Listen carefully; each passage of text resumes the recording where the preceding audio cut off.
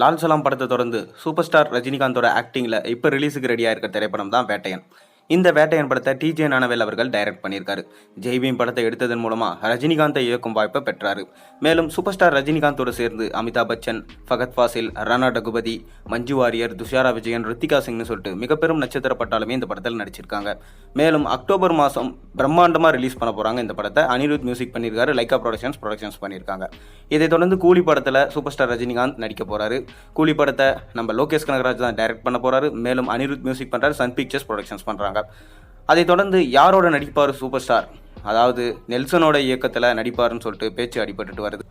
மாரி செல்வராஜ் கூட ஒரு படம், ஷங்கர் கூட ஒரு படம், ராஜமௌலி கூட ஒரு படம், மேலும் அதை தொடர்ந்து அடுத்த படம் யார் கூட நடிக்க போகிறாரு, இப்படி ரஜினியோட லைன்-அப்ஸ் தொடர்ந்து அதிகரிச்சுட்டே போகுது.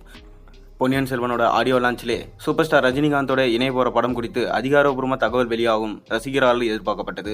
ஆனால் அது நடக்காமல் போச்சு. ஆனால் மணிரத்னம் என்ன சொல்லியிருந்தார்னா, கண்டிப்பாக நான் சூப்பர் ஸ்டார் ரஜினிகாந்தை வச்சு ஒரு படம் இயக்குவேன்னு சொல்லிட்டு சொல்லியிருந்தார்.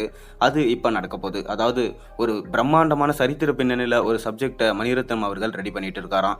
இந்த படத்தில் ரஜினியும் கமலும் சேர்ந்து நடிக்க அதிக வாய்ப்பு இருக்கிறதா சொல்லப்படுது. மேலும் ஐஸ்வர்யா ராய் தான் பார்த்தீங்கன்னா இந்த படத்தில் ஹீரோயினாக கமிட் ஆக போகிறாங்க. ஏற்கனவே சூப்பர் ஸ்டார் கூட எந்திரன் படத்தில் ஹீரோயினாக பேர் பண்ணியிருந்த நம்ம ஐஸ்வர்யா ராய் இப்போ இந்த படத்தில் வந்து ஹீரோயினாக ப்ளே பண்ண போகிறாங்க. 31 வருஷத்துக்கு முன்னாடி சூப்பர் ஸ்டார் ரஜினிகாந்தோட சேர்ந்து மணிரத்னம் எடுத்த படம் தான் தளபதி. இந்த தளபதி படத்தில் மம்முட்டி அவர்கள் நம்ம சூப்பர் ஸ்டார் ரஜினிகாந்த் கூட சேர்ந்து நடிச்சிருப்பாரு. அப்போதைக்கான பிளாக் பஸ்டர் ஹிட் படம்னா அது தளபதி படம் தான். ஒரு ஹைகானிக் ஃபிலிமாக நம்ம சூப்பர் ஸ்டாருக்கு அமைஞ்சிருக்கும். அப்படி தான் பார்த்தீங்கன்னா தொடர்ந்து இப்போ 31 வருஷம் கழிச்சு நம்ம சூப்பர் ஸ்டார் ரஜினிகாந்தோட மணிரத்னம் அவர்கள் இணைஞ்சு படம் பண்ண போறாரு. இதுதான் இப்போ கோலிவுட்டோட ஹாட் டாக்காக போயிட்டு இருக்கு. கடைசியாக இவர் எடுத்த பொன்னியின் செல்வன் 1 பிளாக் பஸ்டர் ஹிட். ஆனால் பொன்னியின் செல்வன் 2 அந்த அளவுக்கு எதிர்பார்க்கப்பட்டாலும் அது சரியாக போகலை. காரணம் அதோட கிளைமேக்ஸ் காட்சியை மாற்றி வடிவமைச்சிருந்தது தான்.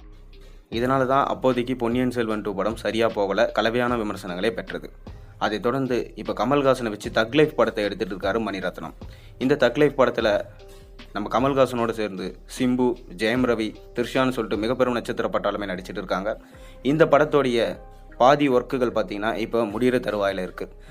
அதை தொடர்ந்து சூப்பர் ஸ்டார் ரஜினிகாந்தோட இவர் படம் இணைவார்னு சொல்லிட்டு எதிர்பார்க்கப்படுது. நீங்கள் மணிரத்னம் சூப்பர் ஸ்டார் ரஜினிகாந்தோட சேர்ந்து படம் பண்ணால் எப்படி இருக்குன்றதை மறக்காமல் கீழே கமெண்ட்டில் சொல்லுங்கள். மேலும் சேனலில் போகிற வீடியோஸ் தான் மறக்காமல் சப்ஸ்கிரைப் பண்ணுங்கள், லைக் பண்ணுங்கள், பெல் ஐகானை ப்ரெஸ் பண்ணுங்கள். அப்போ தான் நான் போகிற வீடியோஸ் நோட்டிஃபிகேஷன் உங்களுக்கு வந்து சேரும்.